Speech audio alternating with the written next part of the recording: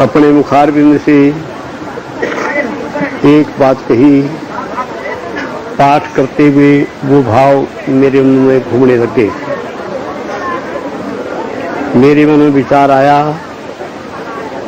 यद्यपि 10वें अध्याय के अंदर भगवान ने अपनी विभूतियों का वर्णन किया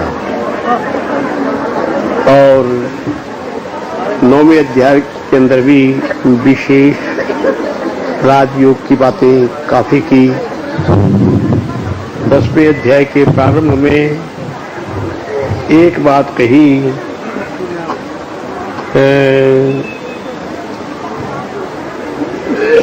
देखो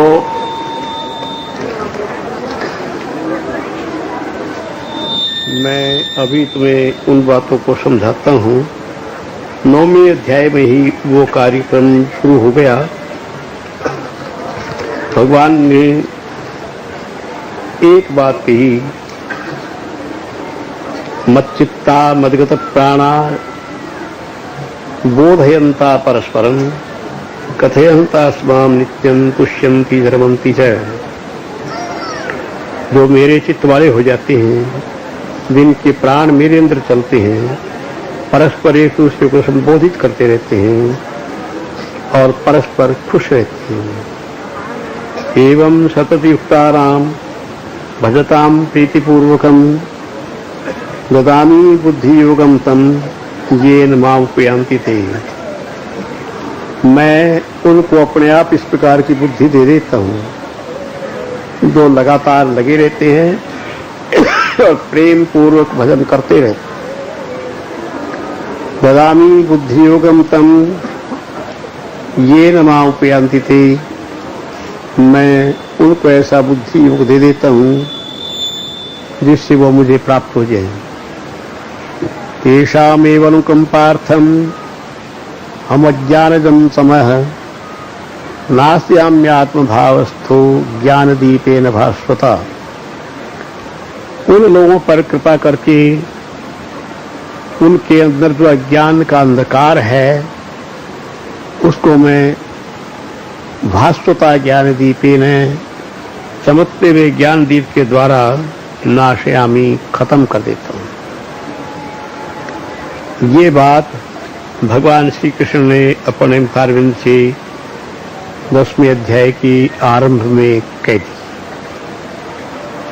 मैं थोड़ी सी बातें इससे संबंधित समझा देना चाहता हूँ। ये तो बिल्कुल ठीक बात है, जो अनन्य चिंतन करते हैं, अनन्य भक्त हैं, अनन्य स्मरण करते हैं, जिनका मन इधर उधर कहीं नहीं जाता, उनके लिए ये कार्य अवश्य होता ही है। इसमें कोई किसी प्रकार की शंका की बात नहीं है। देखो, योग दर्शन के साधन पाद के अंदर क्रिया योग का वर्णन किया है और वो क्रिया योग मैंने तुम्हें समझाया था। क्रिया योग का अंतिम परिणाम ये आता है जिसका संकेत भगवान श्री कृष्ण ने अपने मुखारबिंद से कर दिया। ज्ञानदीपेन भास्वता, ज्ञान रूपी के दिए से, चमकते हुए दिए से नाशयाम्यात्म भावस्थो ज्ञानदीपेन भास्वता। मैं उनके अंतःकरण में ठहरा हुआ ज्ञान के चमकते हुए दिए से उनके अंधकार का नाश कर देता हूँ। किंतु किनका? अनन्य चेता सततम यो माम स्मरति नित्यः तस्याहं सुलभ पार्थ नित्य युक्त योगिनः जो अनन्य भाव से मेरा चिंतन करते हैं उनको मैं सुलभ हो जाता हूँ, ये बात कही। योग दर्शन के साधन पाद के अंदर भगवान पतंजलि देव ने क्रिया योग के 3 अंग बतलाए। तपस्वाध्याय ईश्वर प्रणिधानानि क्रिया योग है। इसका अर्थ यह है तप स्वाध्याय और ईश्वर को आत्मसमर्पण करना, ये क्रिया योग कहलाता है। दूसरा सूत्र है सही समाधि भावनार्थ क्लेश अनुकरणार्थश्च। वो क्रिया योग समाधि की पुष्टि के लिए है और क्लेशों के तन्वीकरण के लिए है, क्लेशों को हल्का बना देने के लिए है। ये देखो भगवान पतंजलि देव ने वो क्रम लिखा ही इस प्रकार का है। पहले लिखा तप का अर्थ द्वंद्व सहनम तप, सर्दी गर्मी भूख प्यास के जोड़े का बर्दाश्त करना तप कहलाता है। तप का परिणाम क्या निकलता है? कायेंद्रिय सिद्धि अशुद्धि क्षयात तपस। योगी को कायिक और इंद्रिय सिद्धि तप के द्वारा उपलब्ध हो जाती है। कायिक सिद्धि वज्रकायादि और इंद्रिय सिद्धि दूरदर्शन दूर शमन। ये ताकत तपस्वी के अंदर आ जाती है। दूसरा क्रिया योग का अंग है स्वाध्याय। स्वाध्याय का मतलब जप करना, पाठ करना। प्रणवादि पवित्राणाम जपस्वाध्याय, मोक्ष शास्त्राणाम अध्ययनम व स्वाध्याय। ओंकार आदि परमात्मा के पवित्र नामों का जप करना या रामायण गीता आदि का पाठ करना, ये स्वाध्याय कहलाता है। स्वाध्याय का फल निकलता है इष्ट देवता संप्रयोग है। भगवान व्यासदेव जी लिखते हैं ऋषयो मुनया सिद्धाश्च स्वाध्यायशीलस्य दर्शनं गच्छन्ति कार्यचास्य वर्तन्ते। ऋषि लोग, मुनि लोग, देवता लोग उनकी आंखों के सामने जाने लग जाते हैं, अर्थात उनको देखने लग जाते हैं। कार्यचास्य वर्तन्ते, और उनके काम सब कर दिया करते हैं। 2 बात हो गई। ईश्वर परिधान का अर्थ है परमात्मा को अपना आपा सौंप देना।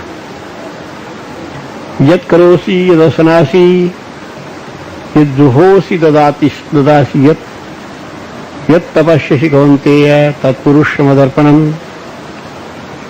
अर्जुन, जो कुछ तुम करते हो, जो कुछ खाते हो, जो हवन करते हो, तपस्या करते हो, पुरुषमदर्पणम्, वो मेरे को सौंप दो। इसका नाम प्रणिधान है।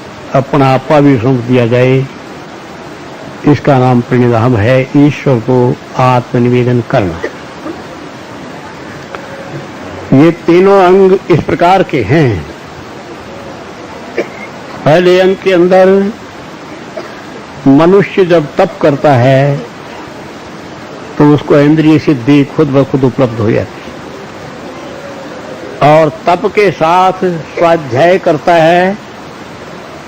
उधर तप चल रहा है, भूख प्यास को सहन कर रहा है, उधर उसका स्वाध्याय चल रहा है, मंत्र का जाप करता चला जा रहा है। उसका परिणाम ये निकलेगा, इष्ट देवता संप्रयोग हो जाएगा। ऋषियों की, मुनियों की, सिद्धों की कृपा उसके ऊपर बराबर हो जाएगी। 2 कृपाएं तप के द्वारा दूरदर्शन दूर श्रवण की योग्यता प्राप्त हो गई और स्वाध्याय के द्वारा देवताओं के शुद्ध होकर दर्शन होने लगे, अंतःकरण शुद्ध हो गया। शुद्धांतःकरण जो मनुष्य तप करेगा उसके रज और तम नष्ट हो जाएंगे। जो स्वाध्याय करेगा उसके रज तम नष्ट होकर के सतोगुण का प्रकाश हो जाएगा। जब सतोगुण का प्रकाश हो जाएगा तो प्रणिधान हो जाएगा, आत्मनिवेदन हो जाएगा। जिनके अंदर कोई स्वार्थ बना रहता है वो ये कहते हैं ये चीज मेरी है, ये मुझे प्राप्त हो गई है, ये मुझे प्राप्त करनी है। रजोगुण प्रधान व्यक्तियों की यह हालत रहती है। तमोगुण प्रधान सोए रहते हैं, पड़े रहते हैं, आलसी बने रहते हैं। किंतु जिनके अंदर तपश्चर्या है, तप के अंदर सबसे बड़ी बात मनुष्य ब्रह्मचर्य व्रत का पालन करे, अपनी इंद्रियों को कंट्रोल करे, उसके बाद भूख प्यास को सहन करे। तप का स्वाभाविक नियम है कि उसका इंद्रिय सिद्धि होगी। स्वाध्याय का स्वाभाविक नियम है इष्ट देवता संप्रयोग होगा। शरीर में प्रकाश पड़ गया, जब प्रकाश होगा तो आत्मसमर्पण अपने आप हो जाएगा। उस समय जब मनुष्य का आत्मसमर्पण होता है, प्रणिधान होता है, उस समय वो किसी से बात नहीं करना चाहता, किसी से बोलना नहीं चाहता। उसका मन अपने इष्ट देव के लिए तड़पता है। तत्सुखे सुखित्वम वाली बात उसके अंदर आ जाती है। तुमने भगवान कृष्ण का एक उपाख्यान सुना होगा। जिस समय वो द्वारकापुरी में थे, एक उन्होंने कृत्रिम अभिनय रचा। अपने पेट में कहने लगे मेरे दर्द हो गया, बड़े जोर का दर्द हो गया, बड़े जोर का दर्द हो गया। नारद मुनि आए, वो कहने लगे आपका दर्द किस प्रकार दूर होगा? कहेगा मेरा दर्द तो अभी दूर हो सकता है, किंतु मेरा कोई भक्त, मेरा कोई प्रेमी, क्या बात है तुम्हारे टीवी टावी का? नहीं खैर देखो तुम, मैं नहीं करता है क्या? लगा फिर क्या देख रहे हो भाई? गुरुदेव